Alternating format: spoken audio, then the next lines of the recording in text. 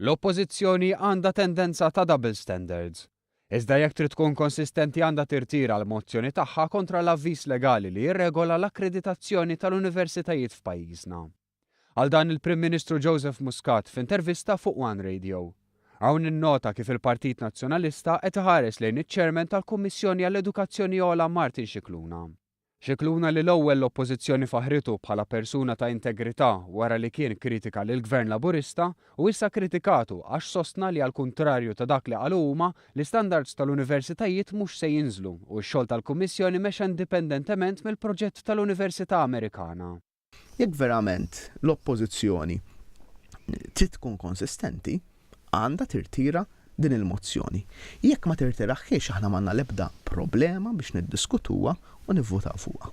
Double standards ukoll fil-każ tal-kawża dwar is-siġġijiet fil-Parlament, fejn meta l-Qorti qalet li l-Partit Nazzjonalista għandu jingħata żewġ siġġijiet iċċelebrat.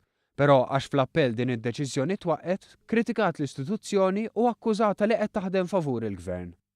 Oppożizzjoni li għadu mhux ċar u x'taċċetta jew le ir-rapport tal-inkjesta ta' Mater Dei. Però dwar Mater Dei li dwaru reġgħet infetħet inkjesta wara li daħlu dettalji ġodda, il-Prim Ministru saħaq li l-Gvern qed jieħu l-passi meħtieġa.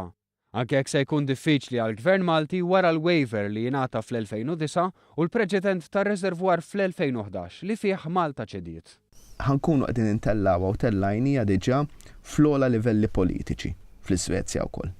Ħalli dan il-punt nagħmlu ċar anke wkoll mal-awtoritajiet Żvediżi f'x'qegħdin naraw x'in il-kwistjoni kollha ħalli l-affarijiet ikunu mill-iktar ċari għal kulħadd.